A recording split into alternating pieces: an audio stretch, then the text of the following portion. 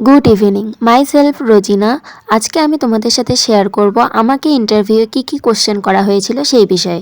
চলো তাড়াতাড়ি শুরু করা যাক। আমাকে ফার্স্টে জিজ্ঞাসা করেছিলেন যে আমি কোথাও কাজ করেছি কিনা। যেহেতু আমি নারায়ণা মাল্টি স্পেশালিটি হসপিটাল বারাসাতে কাজ করেছিলাম তাই আমি বলেছি। তো সেই সূত্রে ওনারা আমাকে নিপা ভাইরাস সম্পর্কে জিজ্ঞাসা করেছেন।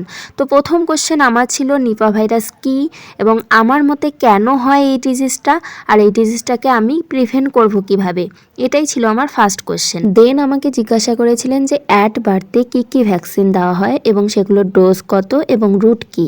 তারপর আমাকে বললেন ভিটামিন কে তুমি কখনো দিয়েছো, কিভাবে দেওয়া হয়, কত ml দিয়েছো এবং এটার রাসায়নিক নামটা কী। তারপর আমাকে জিজ্ঞাসা করলেন হোয়াট ইজ পিপিএইচ। তারপর বললেন কিভাবে বুঝবে তুমি কতটা অ্যামাউন্ট ব্লিডিং হচ্ছে। তারপর বললেন সাপোজ তোমাকে একটা লেবার রুমে পোস্টিং দেওয়া হলো, তুমি একজন নিউ জয়নিং স্টাফ, তাহলে তুমি ফার্স্টেই গিয়ে কি করবে। তারপর জিজ্ঞাসা করলেন ল্যাবেটোলাল কোন গ্রুপের ড্রাগ এবং কাদের দেওয়া হয়। যখন আমি বললাম যে প্রেগনেন্ট উমেনদের দেওয়া হয় আর প্রি ইক্লাম্পসিয়া কন্ডিশনে, তখন ওনারা আমাকে জিজ্ঞাসা করলেন যে কেন প্রি ইক্লাম্পসিয়াতে ল্যাবেটোলালই ড্রাগ অফ চয়েস আর প্রেগনেন্ট উমেনদের ক্ষেত্রে কেন ল্যাবেটোলালটাই বেশি প্রেফার করা হয়।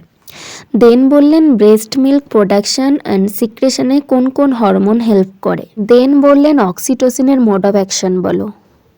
তারপর বললেন সিমুলেশন কি জানো।